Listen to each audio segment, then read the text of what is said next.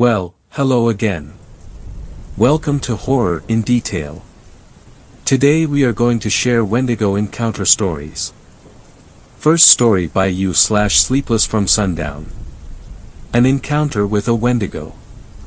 At 1 minute to midnight I took out the shot glass and put it beside the bottle of Jägermeister. I don't drink anymore after what happened to Pop. The one exception is the first day of September. The house is dark except for the warm glow of the 3 bulbs above the dining room table. I rub my tongue against the inside of my cheek. My mouth always goes dry. The only sound is the incessant ticking of the wall-mounted clock. At midnight the soft bell sounds, a miniature version of church bells. I fill the glass and hold it aloft for a second and swallow with a deep breath. The subtle burn winds its way into my throat and stomach.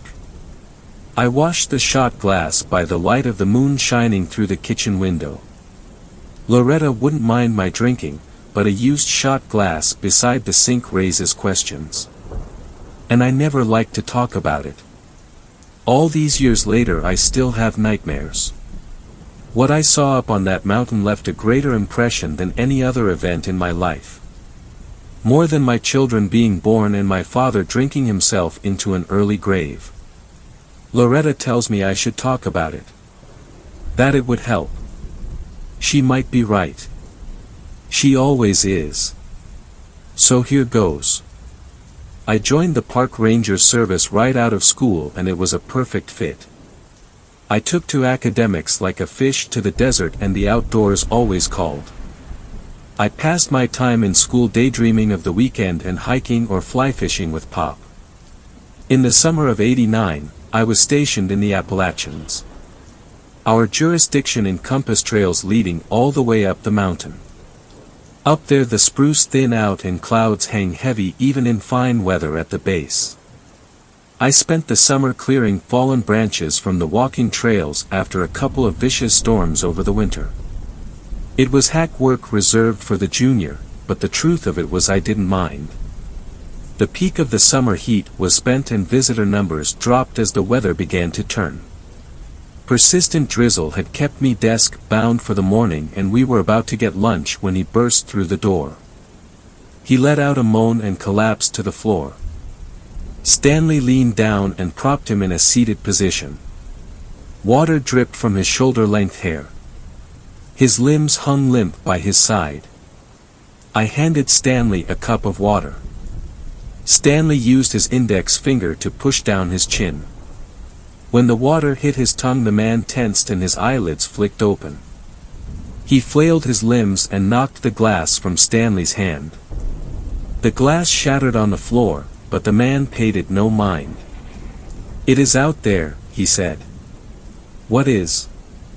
The man half-turned and gripped Stanley's shirt and made balls with his fists. He repeated himself, pausing after each word. "It is. Out. There."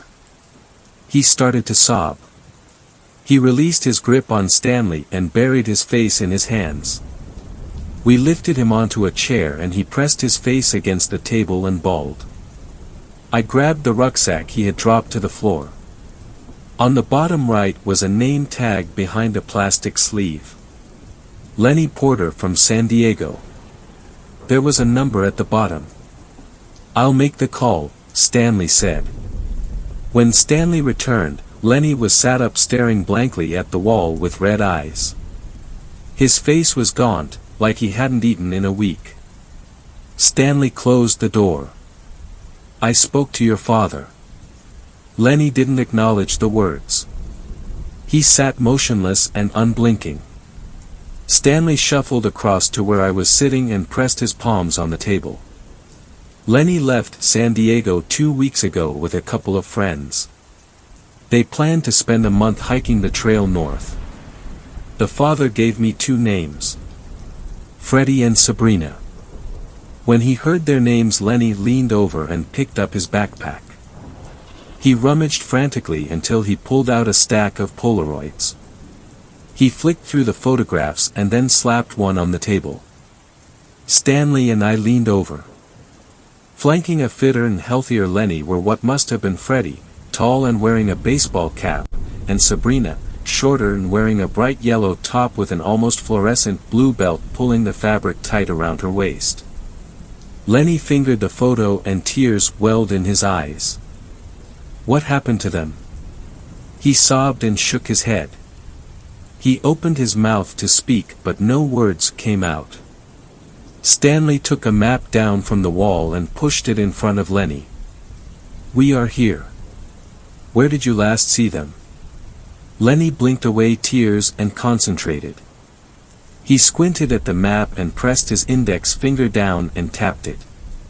Stanley took a pencil from his breast pocket and marked the map with a cross. I'll notify the police. Get the truck ready to go. During training they told us about search and rescue operations. The Rangers are the first responders. It was part of the job. Twisted ankles and wandering off the trail and getting lost are not uncommon and no reason to get the police involved. But this felt different. I secured the gear in the truck and Stanley appeared, flanked by a police officer in his early 30s. Harry is hitching a ride. His partner will take care of Lenny. We drove up the trail for about 15 minutes with the truck until it grew too narrow and treacherous. We split up the gear between us and set out on foot. Our destination was high up the mountain and far away from the trails. It was almost as if the trails deliberately avoided the area. We hacked our way through the thick forest. How had they ended up all the way out here? Stanley checked his watch constantly as we climbed. He wanted to get there before dark. I figured we would be lucky if we did. Stanley and Harry talked like old friends, asking about each other's wives and children. The park rangers are in effect an extension of law enforcement. It made sense to be friendly with the police, and living in a small mountain town made it almost inevitable. I liked that. As the sun dipped below the horizon, Stanley checked the map. Almost there. Get your torches. All right. Harry reached into his backpack and pulled out a flashlight. I did the same. Do you know what's up this way? Stanley said. I shook my head. Somewhere up here is an old cabin. Hunters used it as a base back when you could still hunt up this way. The cross our friend Lenny put on the map is just about on top of it. Let's see if we can get there before there's no light left.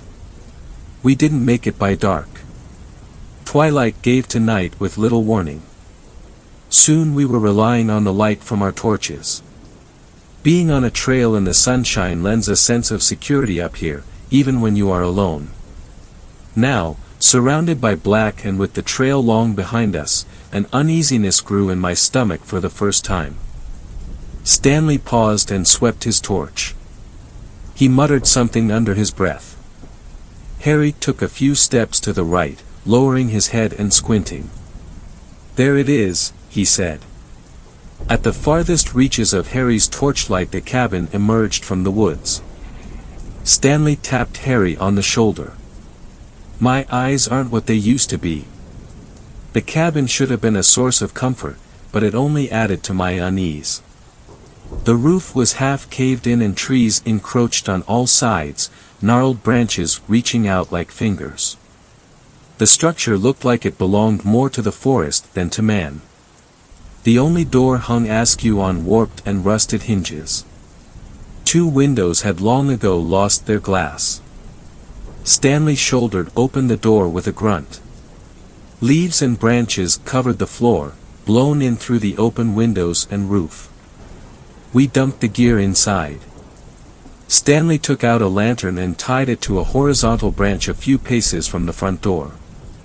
He flicked it on and the light shone bright. If there was anyone lost nearby they could not fail to see it. We split up and entered the forest, guided by our torches. Stanley instructed us to go no further than the reach of the lantern. It was our lighthouse on the horizon. The wind blew in fresh from the north. I buttoned up my jacket against the cold. The beam from the torch was strong, but aside from the narrow cone of light, the forest was a deep and full dark. Stanley and Harry called out the names of the two missing, Freddie and Sabrina. I did the same. Every few steps I stopped and listened. The forest was alive with the scurrying of animals and insects going about their business. And the constant rustling of the wind through the leaves. It was hopeless. This was needle in the haystack stuff. Freddie or Sabrina could be unconscious on the ground a few feet to my left and I would never see them. We should camp and wait for first light. Harry's voice cut through the night, louder and with urgency. I skipped towards the sound as fast as I dared. The two torchlights of Harry and Stanley played close together, the beams of light trained on the forest floor. "You might not want to see this," Stanley said as I came up behind them. It was too late. By the light of the torches I saw him. Flat on his back, arms and legs bent at unnatural angles. I almost gagged when I saw his face. The left side caved in, a red, bloody mess fragmented with the white of the skull. The right side was intact, one green eye staring up, wide and unblinking. The remainder of the face had an almost serene expression. It was not the look of fear that you would expect from someone about to have half their face crushed. No skin remained below the neck, the contents of his torso picked so clean I could see his full spine. "What did that?" I stammered. I didn't get an answer. Stanley fished the Polaroid from his pocket and studied it under the torchlight. He handed it to Harry. "It's him. It's Freddie." Harry jumped and swung his torch out into the woods. "I swear I heard someone talking out there," Harry said. "We've been calling out their names too." "No, it wasn't that. It sounded like whispering. It's the wind through the trees." Harry didn't look convinced. He called out the name of Sabrina and listened. Only the sounds of the forest. Stanley shushed him. "There's nothing we can do for the boy now. Let's get back to the cabin and radio down the news." Stanley took a few quick steps towards the cabin and motioned for us to follow. He seemed agitated. I didn't blame him. I followed on his heels. Harry lingered, searching the woods with his torch until he too fell in behind. The inside of the cabin felt like a sanctuary. Out of the wind and removed from the mangled corpse of Freddie, my mind processed the sight. I had gutted my fair share of fish, but this was different. I put my hand to my stomach and swallowed hard. I was overcome with a compulsion to repeat my unanswered question. What could have done that? Before I could, Harry gave us some more bad news. There was no response on the radio, only static.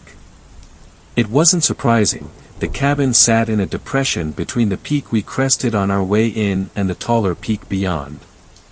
"We have to go back," I said. Harry shook his head. "Not in the dark and not when there's someone still out there." "We don't know if that girl is dead or alive," Stanley said. "I heard her." "You heard a whisper is what you said. And if she was there she would have come to the light. She'll come to the lantern and we'll wait for her." Harry threw out his arms in protest. Stanley sighed. "If she's dead then we'll find her in the light of morning. If she's alive and nearby enough to whisper in our ears then she'll come to us." Two rectangles of light shone through the open windows from the lantern outside, but the front room of the cabin still had dark shadowy corners. Stanley took a second lantern and tied it to an old light fixture hanging from the ceiling. The room lit up as if under sunlight, but a cold light that gave the room a bare and unwelcome feel. I busied myself clearing a space on the floor beside the black pot-belly stove at the rear of the room. Stanley and Harry stood as statues, staring up at the wall behind me. I turned. Etched in black soot onto the blank wall was some kind of monster. Long-limbed and with an elongated skull. It stared back at us through white blobs left clear of black. I took a step back and almost stumbled. What is that? I didn't need an answer. You don't live and work up in the mountains here without hearing the stories. Stories told dismissively by daylight, like you would talk about the monsters you imagined hiding in your closet as a kid. By night and around a campfire the stories take on a graver tone, and the name of the monster is only ever whispered. Wendigo. Of course I had never seen one. But if I had to imagine what one might look like, the painting in soot taking up the full height of the wall of the cabin was an exact match. I waited for one of the two men behind me to dismiss what we saw drawn on the wall. To make light of it and crack a joke. Neither did. Stanley uttered a simple instruction. No one goes outside without a weapon. Our shadows danced on the walls. The lantern hanging from the ceiling did not move. Stanley leaned and looked out the window. The lantern hanging from the tree branch swung back and forth like the pendulum of a grandfather clock. There was wind tonight, but not enough to do that. Stanley bent down and fished a rifle from the bag. My heart beat like a drum in my ears. And then something else. Whispers. What sounded like the whispers of a girl, entreating us, inviting us out into the darkness of the forest. Stanley inched open the door with the muzzle of his rifle. He stepped through the gap and watched the lantern on the tree come to a rest. He stood beside the lantern and searched the corners of the forest illuminated by the light. Nothing moved. Harry unclipped the leather strap on his belt and drew a pistol and went to the doorway. I felt naked and exposed with my hands empty. I took a step backwards, the Wendigo drawn in soot looming large behind and burning a hole in the back of my head. A shadow flashed through the trees and Stanley swung the muzzle of the rifle and shot, the crack piercing the night. He raised the rifle to his shoulder and flicked it from side to side searching for movement. The lantern bobbed up and down. With a rush a long-limbed creature dropped onto Stanley from above. He screamed and wrenched the rifle around but had it knocked from his grip. Harry fired 2 shots and the creature let out a wail. It bounded towards the door and Harry slammed it shut. He pointed the pistol to the closed door and emptied the chamber. Harry took a step back and shot me a glance. Through the whole ordeal I had not moved. I had barely breathed. Was it dead? Was Stanley okay? The window, I screamed. The long thin fingers of the creature wrapped themselves around the inside of the window frame. Then the head appeared, uncannily human-like but distorted and disfigured. The chin elongated and the teeth like razors and drenched in blood. Its eyes white and piercing. Just like the etching on the wall. Harry grabbed me by the arm and hauled me into the back room of the cabin. He slammed shut the flimsy door. The back room was windowless and the only light was a thin strip at the base from the lantern in the front room. We crouched together, our shoulders pressed against the door. We listened. The light patter of footsteps. 2 thin strips of black interrupted the strip of light at the base of the door. Something stood on the other side. Come out, it is okay. It sounded like Stanley. Had he killed it? Come out. Harry straightened and I grabbed his shoulder. Don't open the door, I whispered. They say a Wendigo can imitate those it kills. My hand brushed against Harry's back and knocked the flashlight from his jacket pocket. I fumbled in the darkness until I found it and I flicked it on. I scanned the room for something, anything we could use as a weapon. I walked away from the door and kicked at the twigs and leaves on the floor. All that was good for was kindling. Something smelled rotten. There must be a dead rat somewhere.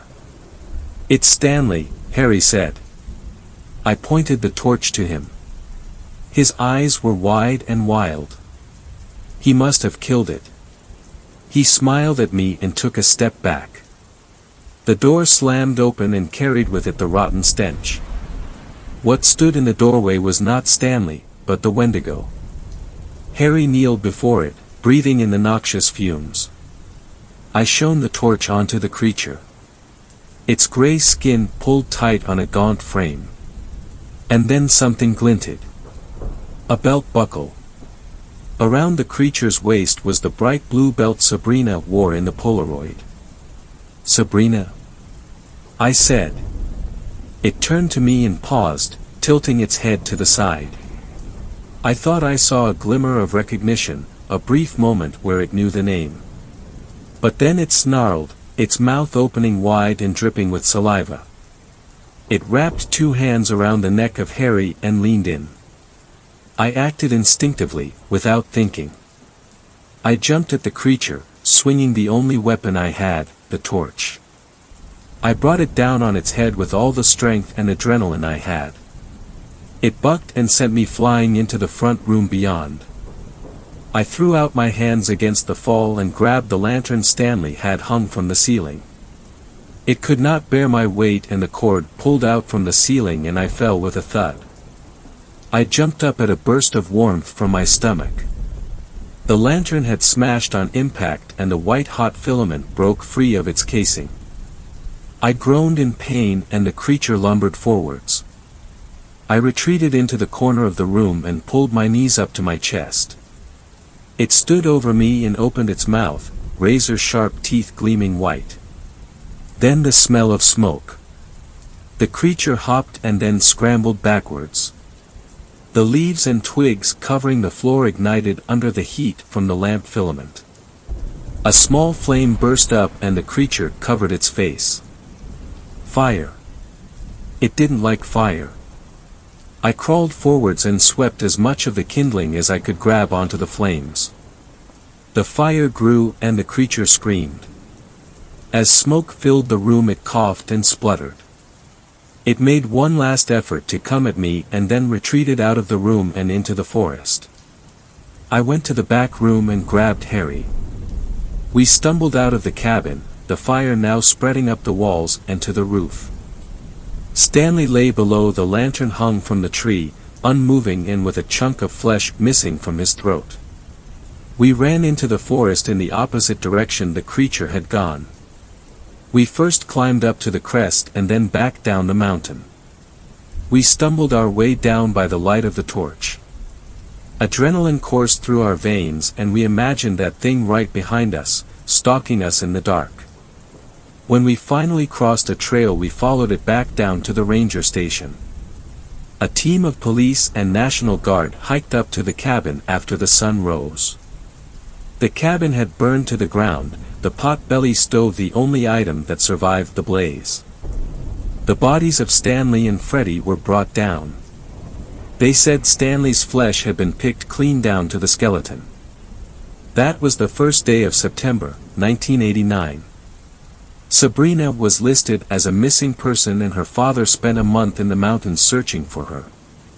But she's gone in every sense that matters. Turned to a Wendigo by hunger for human flesh. She transformed into something unrecognizable from where it began. Around campfires people still tell stories of the Wendigo. I don't know if they truly believe they are out there. But I know, I have seen it. Sometimes there really is a monster in the closet. Second story. Not sure if it was a Wendigo, but something odd happened. When I was 8 years old, both of my parents worked full-time. My dad was predominantly on third shift at his job, and my mom was an elementary school teacher. We lived literally right up the road from my grandparents in a very small town. It was getting close to my 9th birthday when I contracted strep throat and scarlet fever. I was severely sick, could barely speak, had the first case of cold sweats that I remember in my life, and could barely pull myself out of bed to even use the restroom. I was absolutely miserable, and of course, being as young as I was, I didn't take the pain very well. My poor mother was at a loss of what to do with her working and my dad needing to use daylight hours to sleep. The first day I was sick, perhaps it was a Tuesday. My birthday would fall on a Friday. My dad stayed up most of the day with me, made me food, let me sleep in his lap on the couch, wiped my forehead down, made sure I took my medicine, etc.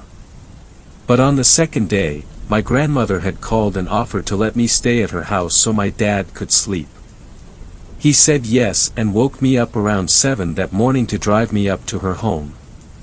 My grandfather also worked at this time too, so he was already gone to work when I arrived there. I don't remember too much of the early morning. I probably just slept in my grandmother's bed, tossing and turning when I'd wake up feeling extra bad. She encouraged me to swallow my awful-tasting medicine, a little more gently than my dad did. She did fix me some tomato soup to try and eat, and it was the first time since I'd gotten sick that I had an appetite. I should mention my grandmother had this cute Yorkshire Terrier named Samson. He was very docile, not like the usual annoying, barking all the time terriers.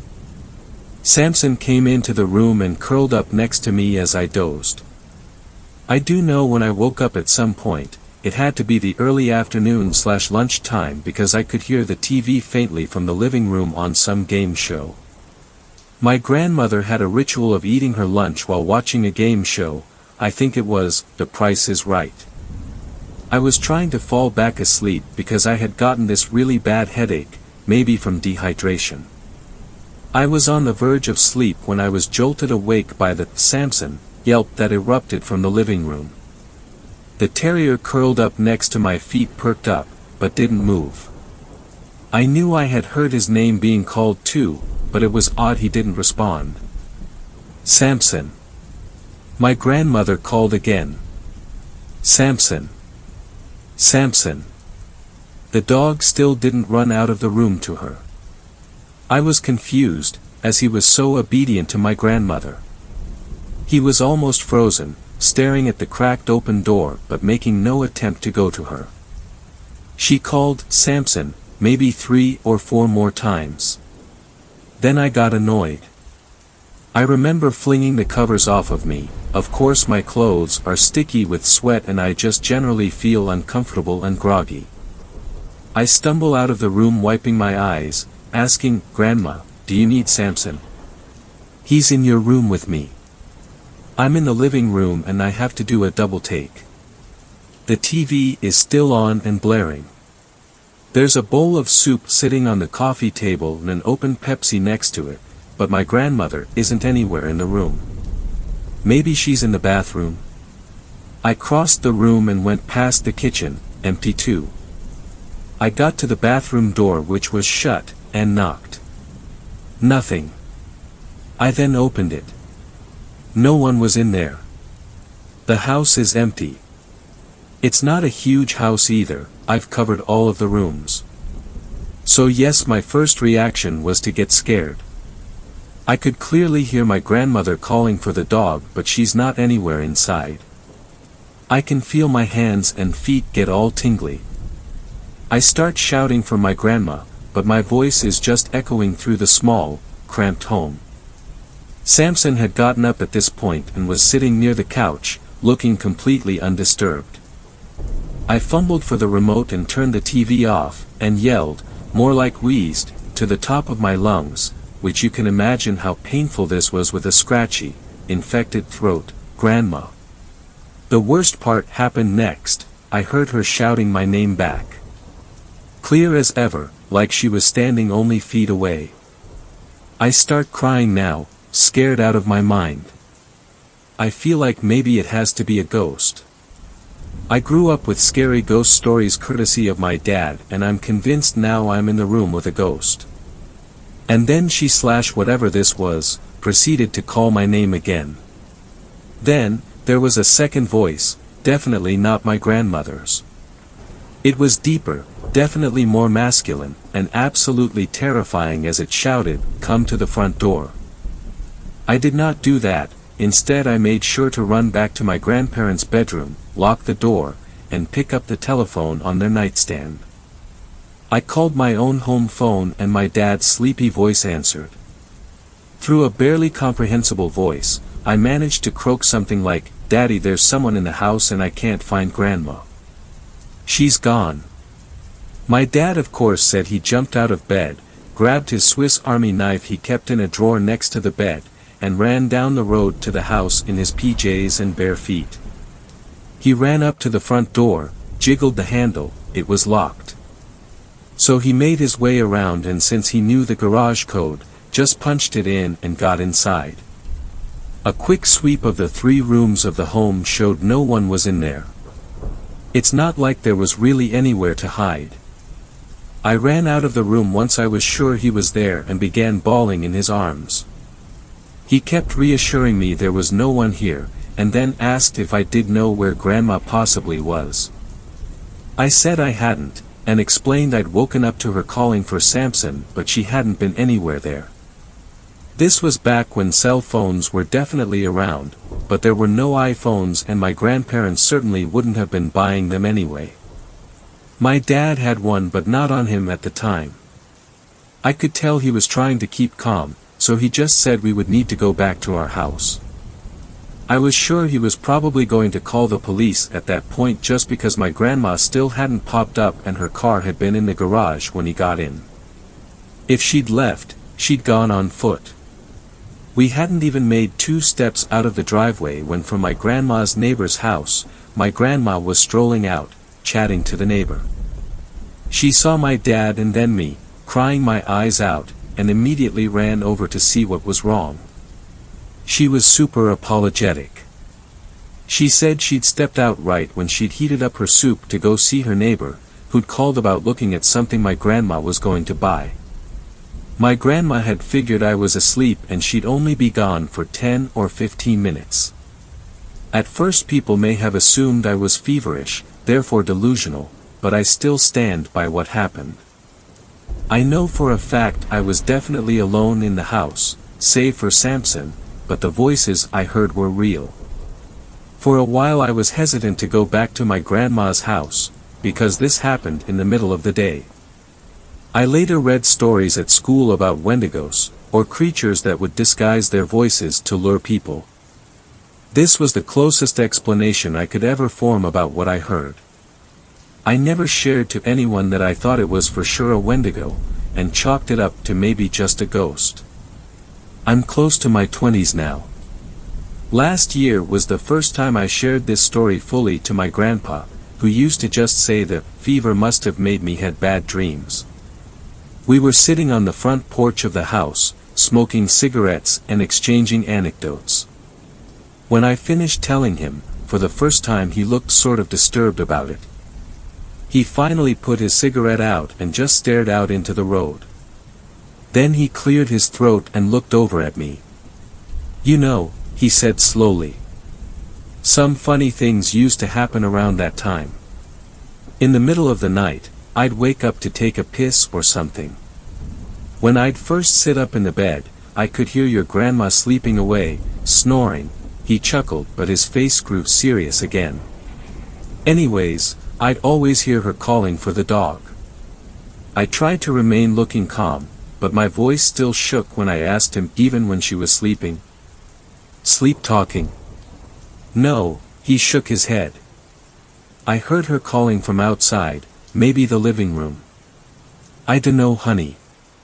She'd call for the dog, she'd call my name. All while she was really sleeping next to me, sleeping like a baby." "Have you ever told anyone?" "No, I don't want to scare her. She's real scared of ideas like ghosts and stuff. That's why when you were younger and that thing happened, I told her just to remember you'd been sick, fever and all. Probably having nightmares." He looked gravely at me. "Don't repeat this to her please, honey, she's really not the type to be scaring." Of course, I wanted to cry. I had this itchy, creepy feeling suddenly about being at the house. "Grandpa, do you still hear it sometimes?" "Oh yes," he was now reaching into his breast pocket to get out another cigarette. Every night, but you just gotta remember not to do what it says. Even the dog figured it out.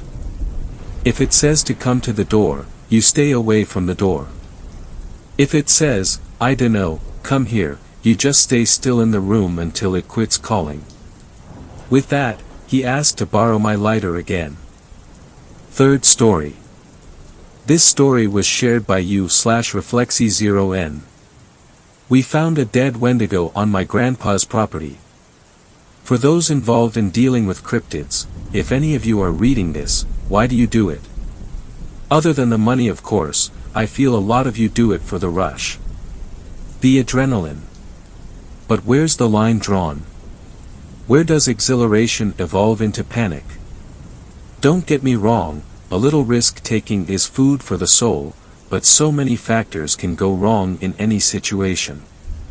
In particular, what do you do when you find the corpse of a cryptid you were hunting, eviscerated and dismembered?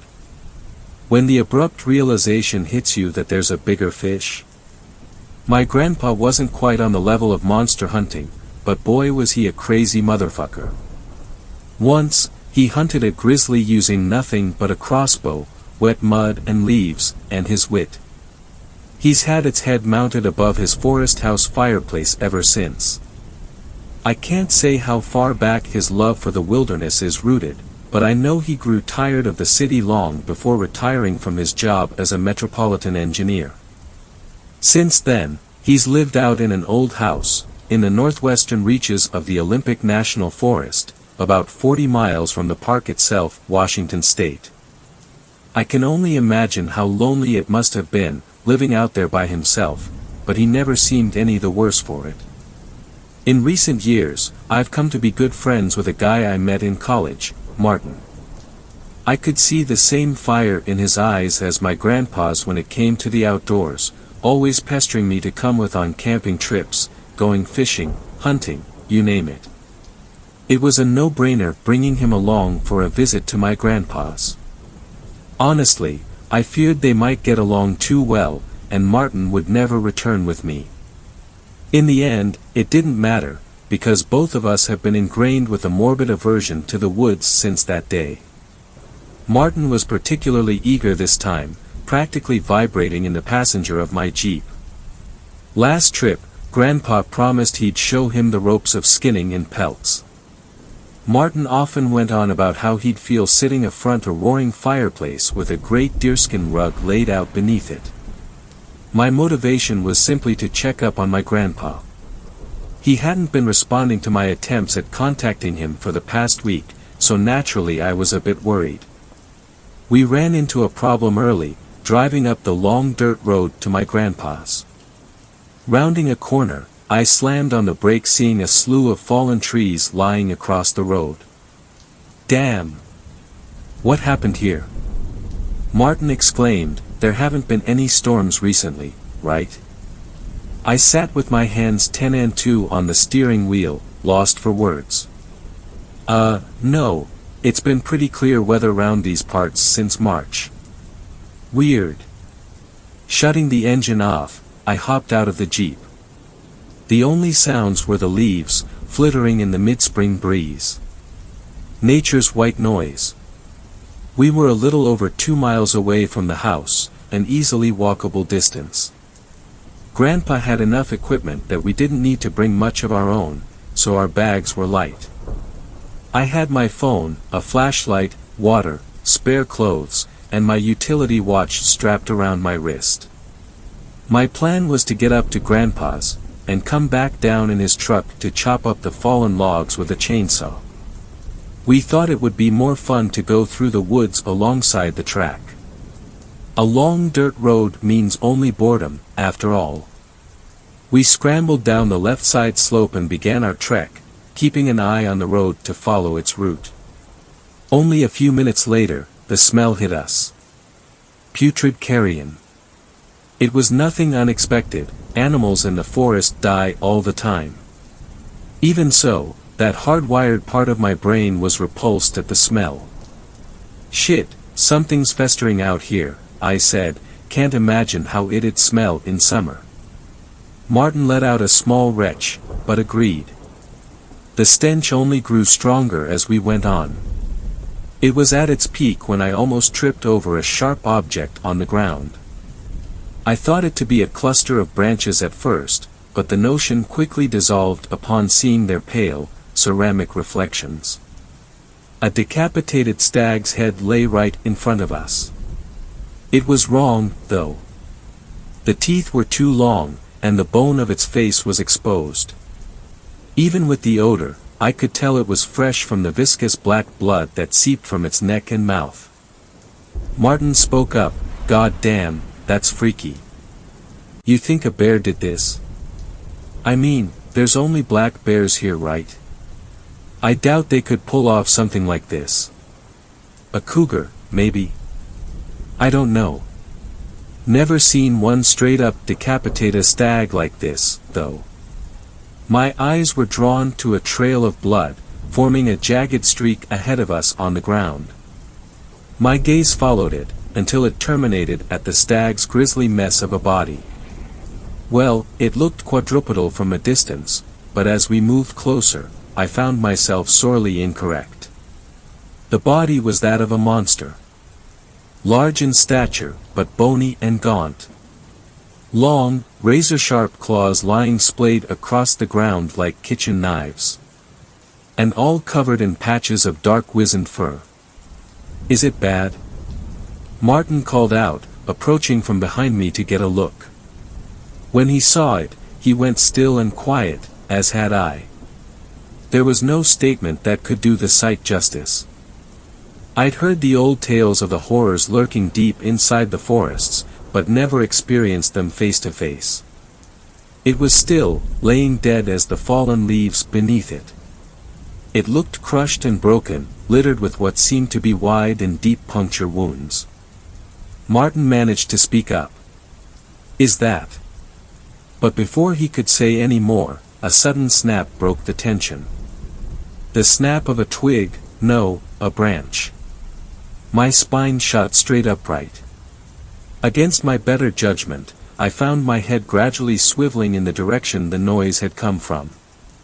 When I caught a vast, hulking shape in my peripheral, I whipped around to face whatever was there. I saw something, just for a moment. Enormous, long limbs draped in shaggy hair, the color of pine bark. But as quickly as I'd turned, the image vanished. Rising dread threatened to pry my lips apart in a scream. I looked far and wide, but nothing was there. "Kel, what is it?" "Wait, the cougar isn't still here, is it?" Martin whispered. "No, it's nothing. Let's keep going, we can talk about this later with my grandpa." But the cat could still be loitering about somewhere. It's best we don't stay in the same place for too long. Before departing, I snapped a few pictures of the mangled corpse on my phone, zooming in on the head without backtracking to get a better angle. Something told me that turning back, however briefly, would be a terrible mistake. We went on with urgent pace, pretending to ignore the heavy movements between the trees nearby. Large animals will inevitably give away their movements, but they snap twigs, not entire branches. Even so, the movements sounded anything but clumsy. No, they sounded calculated, those of a stalking predator. As hard as I tried to filter them out, I caught myself glancing to the sides and behind very often. I don't know whether I was hoping to see something, or nothing. Still, the woods around us were empty, other than ourselves. "Hey, Kel, if there's a mountain lion around here, we should go up onto the road for a bit. It'll be easier to bolt if we need to." I agreed, and we veered off to the right, climbing up the roadside slope. Deep down I knew that whatever was out there, it wasn't a big cat. We only told ourselves that, skirting the subject of monsters now made very real to us. The forest fell silent as we walked along the road. That was far from being comforting, though. If the woods are quiet, predators are about. It's a well-known idea in the community of wilderness enthusiasts. What did ease my mind to a degree was the sight of a herd of deer standing in the track. They cocked their heads to look at us, but didn't seem all too disturbed by our presence. At the same time, a feeling of being exposed, vulnerable, grew as a hard lump in my gut. They started to move on as we got closer, wandering off the road and into the woods. One of the deer stayed in place. It wasn't frozen, no, but constricted. It twitched and whimpered as it started to rise off of the ground, as if weightless. It happened so quickly. Its screams were cut off as its limbs were snapped and crushed, and deep wounds erupted over its body. And then, like it had been there the whole time, it stood. It was a nightmare. Huge, unimaginably so, rivaling two elephants stacked up. It was hunched over, resting on impossibly long and thick forelimbs ending in spindly, sloth-like claws. Its body was long too, ending in a pair of shorter legs, knees inverted with feet supported by spur-like appendages. The lolling head that sat atop an arched neck looked like some bizarre cross between a horse and a crocodile. Hollow pits in place of eyes, the torn skin around its mouth revealing horribly uneven and misshapen teeth that jutted out at irregular angles. The fading sunlight glinted off of the long gashes covering its sides and head. The dead creature from earlier had definitely put up a fight. But it could never have been enough. As we stood, stunned, it reciprocated our stare, the only real movements being the sets of rib-like appendages undulating on its underside, rendering the deer into a torn sack of flesh and bone fragments. The poor animal seemed to wither before our eyes as the sharp ribs forced deeper into its body, like a juice box having the last drops sucked out of it. In that moment, we were part of the herd. Paralyzed. Some had already run off, but others were as statues in the presence of this beast. Another smell hit us then, different from the stench of decay like earlier, but equally as sickening. Like moist earth, sulfur, methane, and dead fish. Its source was clear as wisps of gas from the beast's mouth became thick, billowing fumes, rising into the evening sky. The tension was broken with the deer's mutilated husk thudding to the ground. The remaining deer took flight, scampering off into the trees, and in response the beast snapped its head in their direction. Something was wrong with its head, flopping around clumsily as it turned. I took a step back as it let out a deep, guttural rattle, before bounding off after the herd, its matted hair swinging violently. It splintered a tree as it went, but was totally unfazed by the impact. We waited until its thundering gallops faded into the quickly darkening night before saying anything. What the fuck, what the fuck? What was that thing? Martin sputtered, tears welling up in his eyes. I don't know, man, but we have to get to the house before sundown. I have a feeling our chances at escaping it are little to none in the dark. Are you crazy? We have to go back. I want to get as far from this place as Padash. What about my grandpa? We can't just leave him here with that thing. Martin didn't look over to me, but wasted no time disagreeing, starting his jog up the road. We were already over halfway to my grandpa's house, and even if we wanted to escape, it would be a menial task for the creature to smash the jeep off-road. The solitary light in the distance looked like the gates of heaven. It radiated safety. But I knew we couldn't continue out in the open, completely exposed. I looked down to my utility watch, making a mental note of the direction of the house, north-northeast, before grabbing Martin by the arm and leading him off the left side of the road. Nature's cruel irony manifested in the steepening terrain and the thickening brush. The house's light quickly faded, leaving us with only our bearings to navigate. I thought we might have gone off track for a terrifying moment, but I saw the column of smoke above the distant tree canopy that could only be from my grandpa's chimney. Come on, this way. As we neared, no light became apparent. Maybe he'd already gone to bed.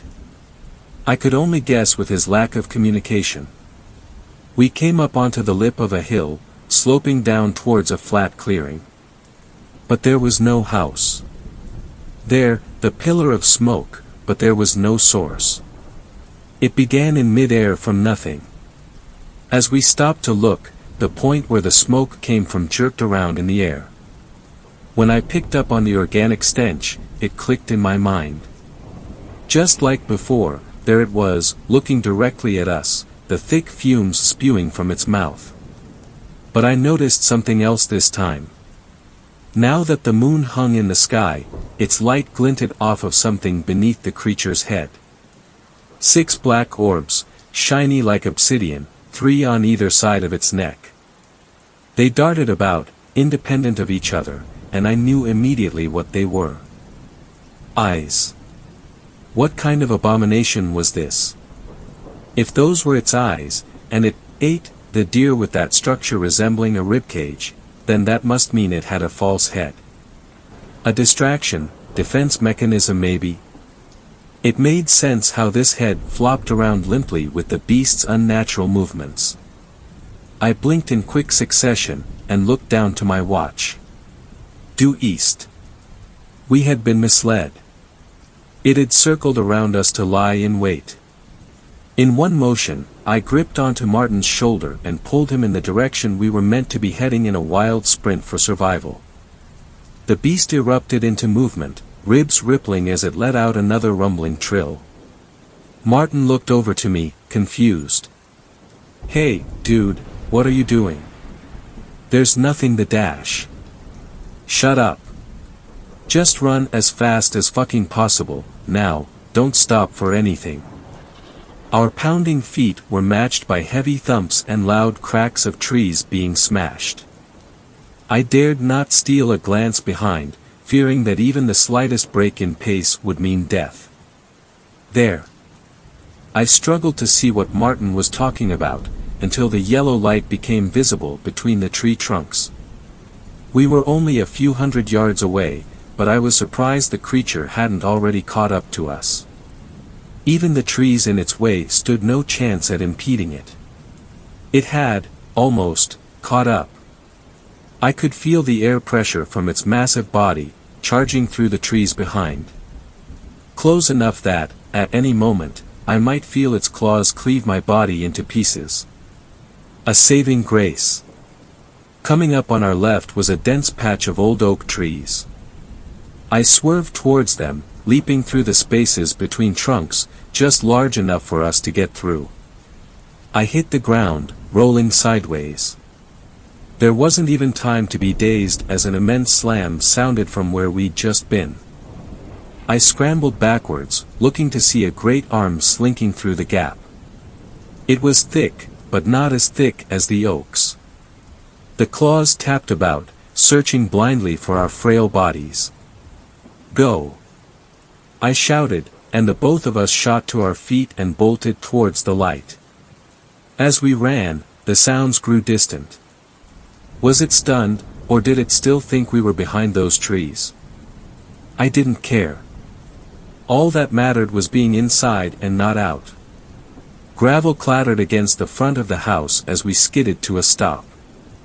I rapped on the door, devolving into pounding when they went unheard. On what was probably the 20th knock, my fist met only air, and I stumbled in through the now open doorway. I looked up to meet my grandpa's gaze. His eyes were wild. He didn't look like himself. He glanced behind me at Martin, then behind him. Whatever he saw out there, his pupils contracted in response. "Hurry, boys, get inside," he whisper-shouted. We filed in, and he went to bolt the door, but hesitated. His hand fell limply, no use. He was right, if the beast wanted to pay a visit, it would do so regardless of our home security. We followed him quietly to an uncovered floor hatch. "What's this, Mr. Barnett?" Martin asked, regarding the hatch. "Huh? Oh, this here's my old wine cellar. Martin went to ask further before being interrupted. Get down the ladder first, son. You can shoot your questions once we're safe. He pulled on a handle, opening the hatch to reveal a sturdy wooden ladder that led into a dim space beneath. One by one, we clambered down its dusty rungs, meeting the cold concrete floor at the bottom. Grandpa was last, tugging a heavy rug over the open hatch, before closing and securing it. I take it you've seen the thing, right? Jesus, Granddad, we barely got away, I gasped, still out of breath from our escape. Unscathed? Yeah, mostly, other than some scratches. Good.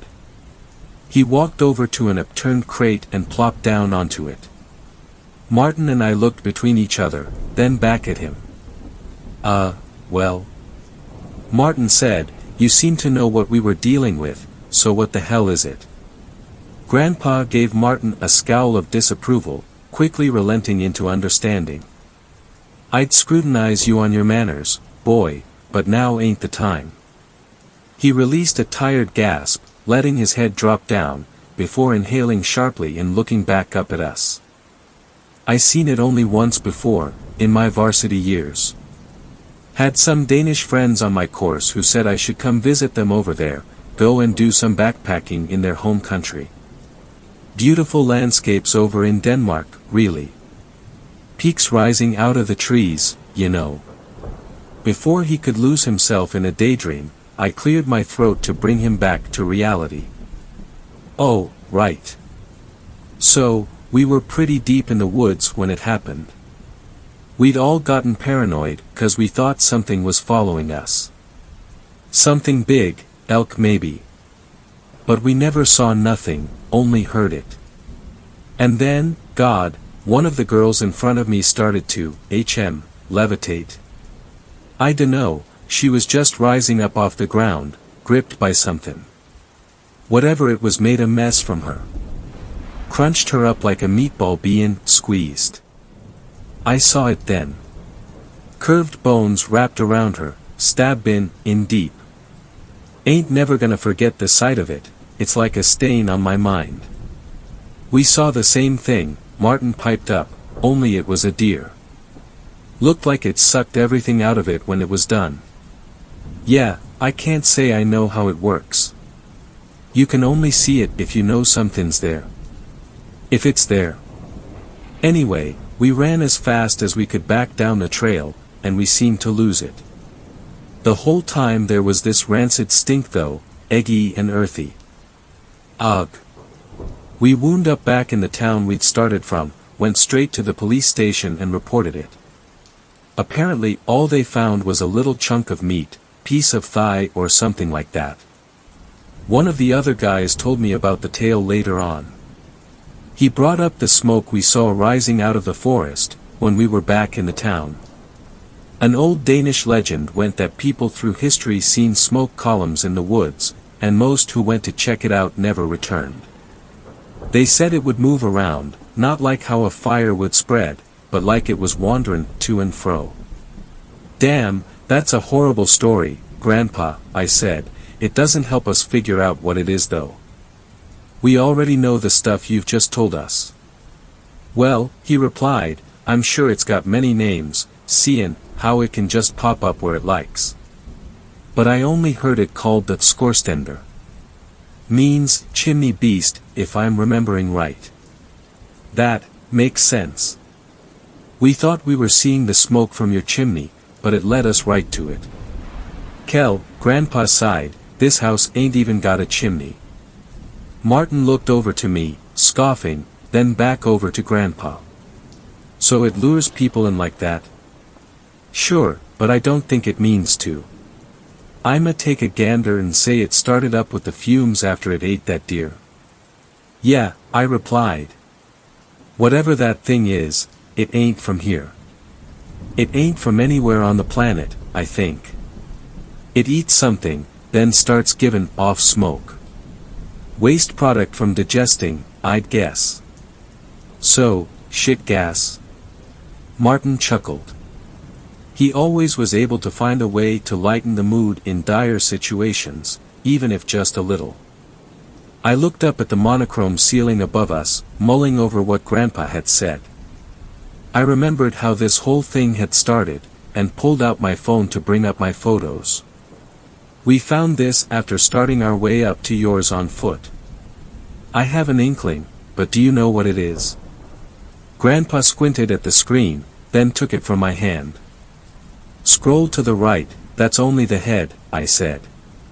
His silent focus was only punctured by the dull taps of his finger on the screen.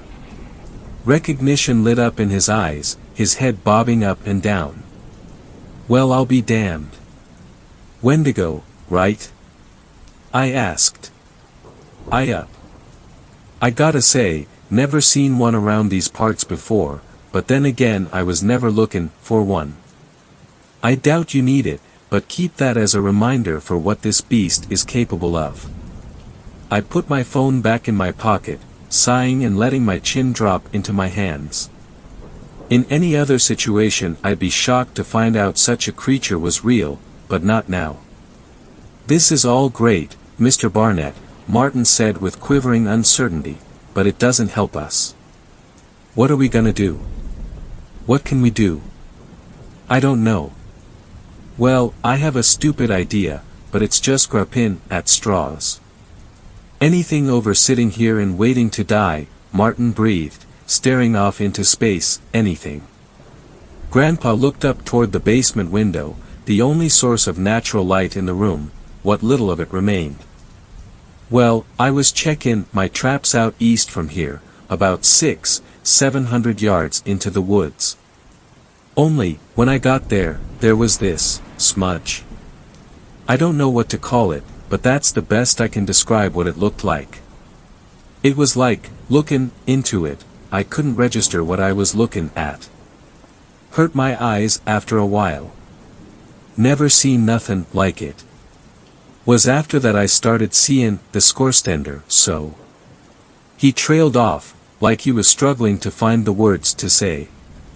So, what? I pressed, leaning forward in anticipation. Again, this is guesswork, but I think that's where it came out from. I threw a rock into it when I was there, but ain't hear it hit the ground. Like it went someplace else. If we can just lead it back there, just get it to go back in dash. Wait, hold on, I interrupted, shouldn't we call someone? Police? The damn army? What you think will happen to the cops when they come out here, huh? What's a chief and a rookie in one police car gonna be able to put up against it? And good luck convincing US military to send out Marines. You'd be lucky if they thought it was a joke. I shut my mouth, swallowing my next words, allowing Grandpa to continue with his proposition. Either the beast leaves, or we die. I'm not even gonna talk about trying to drive away, you seen what it does to the trees. Stealth might work, but it's better at that than we are, big as it is, and I don't want to risk either of yous losing your lives. His last remark sent a chill down my spine. He'd said nothing explicitly, but I already began to understand what he meant. Granddad, you. Don't worry about me, champ. I got something, but you gotta listen closely. Both of you. Martin and I set our full attention on him. I wanted to hear his plan, but I really hoped it was going to go a different way from what I was thinking. Now, I want to make this clear before anything else. I'm going alone, and you boys need to sit tight and do as I say. My heart dropped, plunging into the stone-cold sea of despair. Are you crazy? No, I have to go with you, I dash. Grandpa cut me off, shushing me. As I say, he commanded. I knew he was right, but in the face of loss my thoughts wrestled against the idea. Okay. Now I'm gonna call you when I'm a ways off, alright? You have to pick up, and stay on the call with me. It's vital you keep your attention on my voice. I need both of you to be brave for the next part. I need you to make as much noise as you can. Martin's eyes bulged in fear. Won't that just get us killed? I haven't finished. That's only up until I call you. When I do, you shut up, and you hide in the darkest corner of this cellar, okay? I was heaving for breath now, cold beads of sweat budding on my forehead, but I closed my eyes and stilled myself. Why yeah, okay. Good. Once we're connected, I'll start dash. We were silenced by a single muffled thump from overhead, so forceful that the ceiling spewed cement dust down on us. Then another thump. And another. And another. I fell off my perch in shock when a booming crash sounded from above, chased by the clattering of rubble. The steady thuds drew nearer, louder, until the only sound was that of the floorboards, groaning under immense weight. I looked over to Grandpa, who looked over to me and whipped a finger to his lips. I nodded, then slowly turned toward the basement hatch. The beast was trying its best to move silently. A stifled whimper escaped my lungs as I saw the hatch buckle. A loud bang shook the house's foundations, then nothing. In the silence, I could make out the beast's ticking growl. It was toying with us. Trying to catch us out, make us think we'd been foiled so we'd burst out in a panic and try to flee. Its intelligence terrified me so much more than its grotesque appearance. It tried this bait a few more times, before huffing angrily. The heavy creaks grew distant until we could no longer hear it, aside from the single crash of a fallen tree somewhere outside. I stood up, eager to set this plan into motion, only to be dragged back down by a firm grip on my arms. My eyes fell to meet my grandpa's, looking at me with a wide-eyed scowl. "Sit down," he hissed, "not yet. Bastard's clever. It's probably waiting at the tree lean, watching for us to come out." The three of us sat in silence, ears attuned for even the slightest noise to indicate its presence. After an excruciating wait, Grandpa rose to his feet and crept over to the ladder. He scaled it, wincing at the creak of a rung, then pushed open the hatch ever so slowly. The rug that had been above was tattered, torn fragments slipping down into the now open space.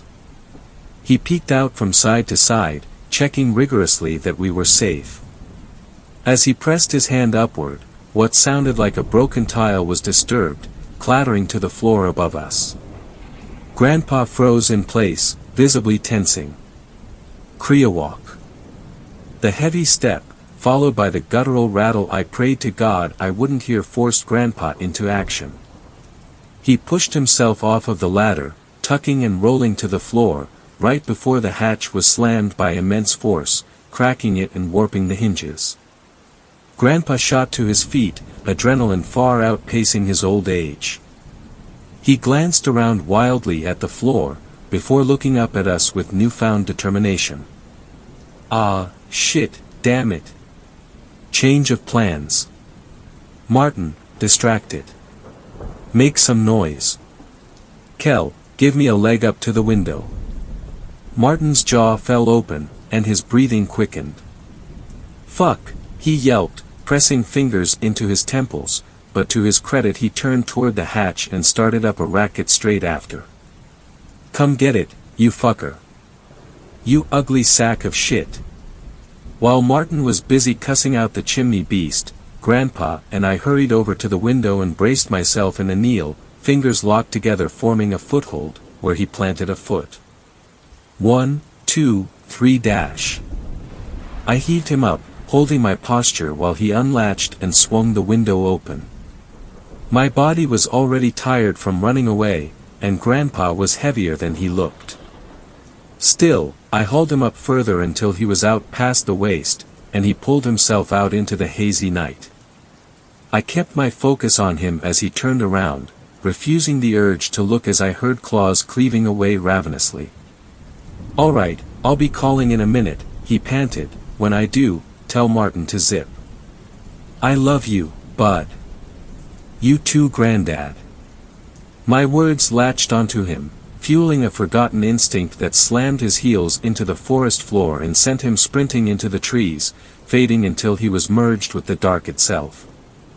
I was grounded again when Martin let out a shriek, and I turned to see him backpedaling from those spindly claws extending through the jagged hole that once was the hatch.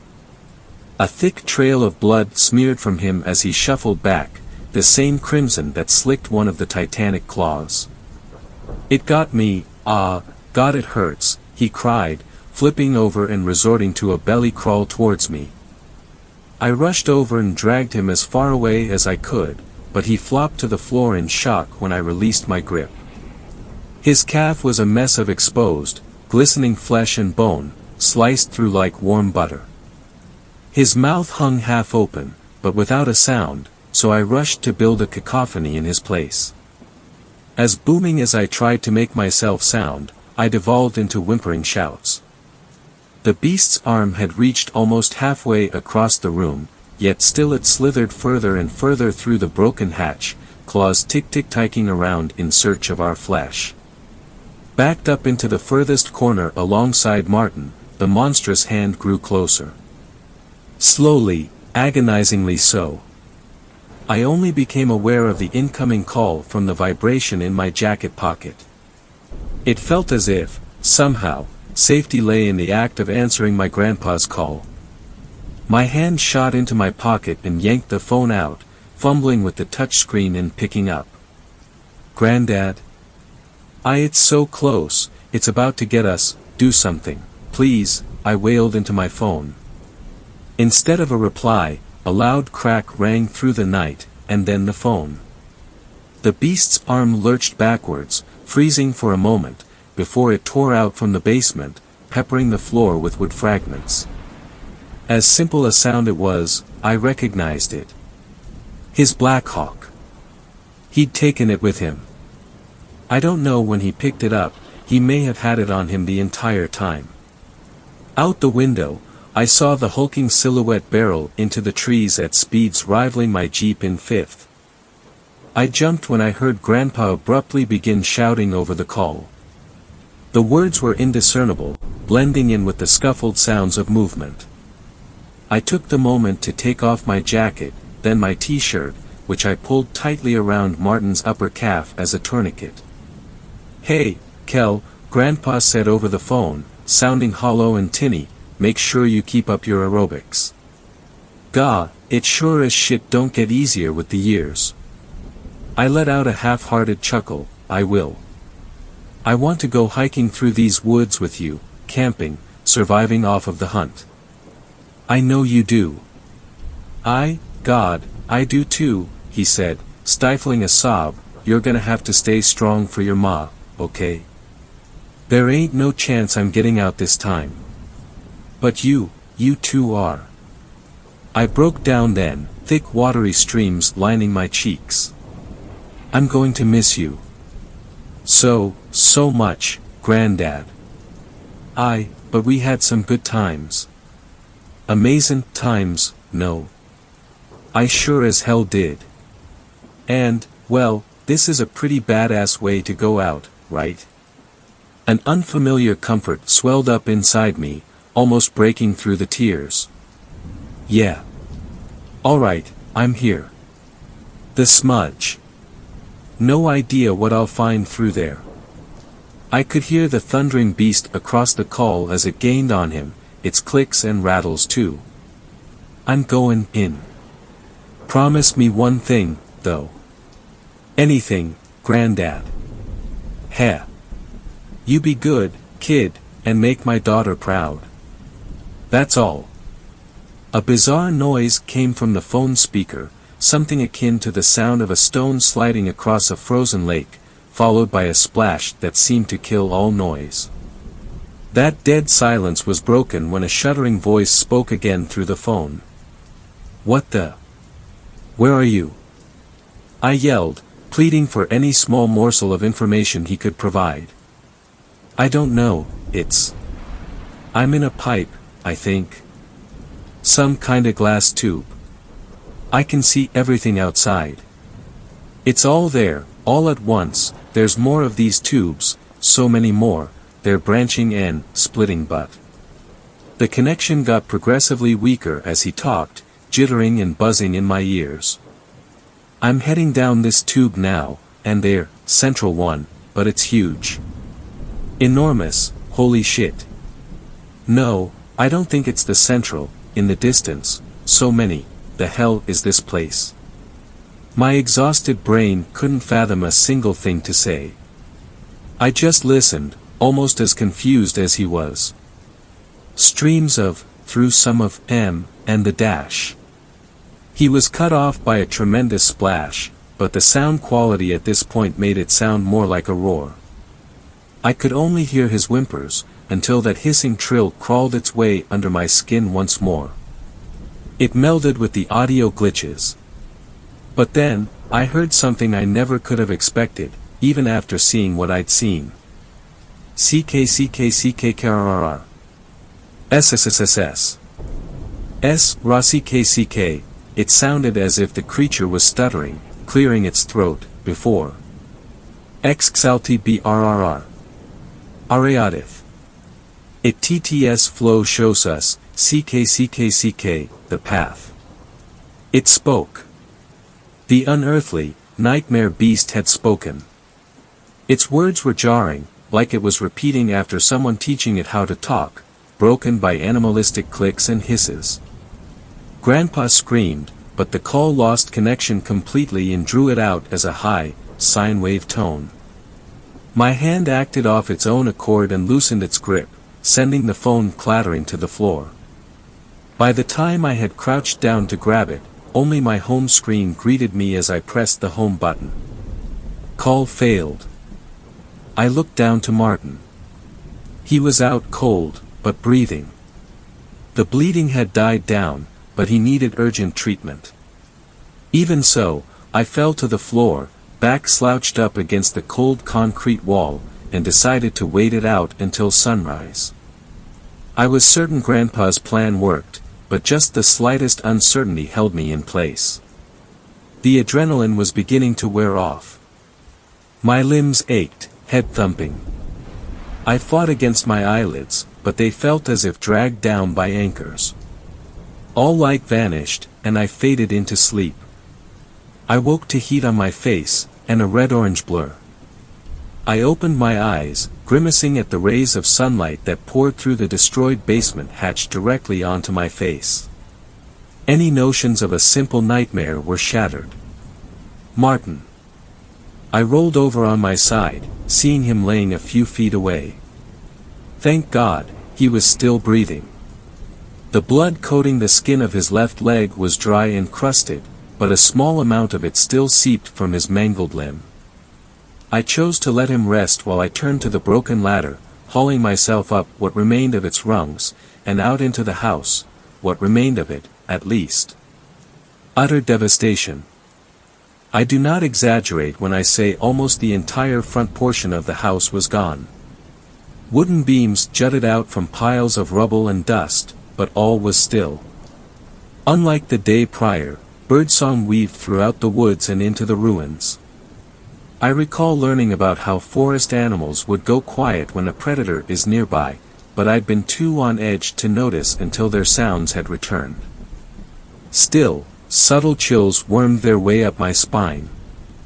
I felt safe, but I'd also felt safe with Grandpa in the basement, until the attack. No smoke plumed from anywhere across the tree-line, and no stench defiled my nose, but I couldn't shake it. I spent some time scrabbling around in the back half of the house that still stood. Quicker than expected, I found the keys to Grandpa's truck, in the corner of the kitchen counter. I practically leaped down into the old wine cellar, then slowed my pace, gently shaking Martin, until he stirred. He was groggy and confused. Don't worry, man. I'm gonna get you home. I wrapped his left arm over my shoulder, supporting him to the ladder. It was tough getting him out, but I did, and we hobbled through the ruins to the truck. Driving faster than truly necessary, I swerved, slamming on the brakes when the fallen tree trunks came into view almost out of nowhere. The jolt shook Martin, and he came to attention from the pain in his leg. I apologized for it, but wasted no more time in getting out and helping Martin down from his seat. The stench of death was stronger in the air, the Wendigo corpse festering nearby. It brought me back to the night before, the raw terror, spawning paranoia within me that grew intense over the short walk between the truck and my Jeep. I felt exposed, naked. We made it across the trees and into my Jeep quickly, even with Martin's injury. Still, without any warning signs of the beast, my heart was drumming so hard I could see my chest pulse. After a messy three-point turn, the wheels slipped, kicking up dust before we shot away down the track. We drove until reaching the small police station, where I flew out of the Jeep and burst through its double doors. Perhaps a rash action in retrospect, but my mind was elsewhere. Before anything else, I had them call an ambulance for my friend, following by reporting a severe animal attack. When I was asked what attacked us, I spat out, "Cougar." The officer grunted, and I laid out the facts. Grandpa was gone, dragged away by our assailant. An ambulance arrived soon thereafter to pick up Martin. The EMTs were visibly surprised by the laceration, but attended to him nonetheless. He'd lost a fair bit of blood, but they quickly got him in stable condition at the nearest hospital, where he stayed for the next week. A search party banded together to look for Grandpa, but they found nothing, of course. I was questioned about the state of his house, but I think the trauma welling up in my eyes was the best defense I could have had. No scorch marks on the rubble to indicate explosives, nothing. It's been a few years since this all happened, and I've made it through the stages of grief in one piece. I'd like to say Grandpa lives on in my memory, but that wouldn't be entirely accurate to say. I can still remember him, our conversations, days out, the smell of his fireplace, all that. But no matter how hard I try, I can't remember what he looked like. That's to say, there's only an imperceptible smudge where he once was in any pictures I still have. I don't know where he ended up, some massive network of tubes, but I get the distinct impression that his grave lies elsewhere, in another place separate from this world. I'm eternally grateful for his sacrifice, yeah, but I can't help but think that it was only our lives that were saved from the scorestender. Are there more of them, or is it somehow able to relocate itself? Only my grandpa would have answers, but, yeah. Just in case, if you find yourself out in the wilderness and you see a steady plume of smoke rising from the trees, perhaps even smell the organic stench of digestion, it'd be best to call off the occasion entirely. Once it's on to you, well, I only hope you're as lucky as we were on the day my grandpa died.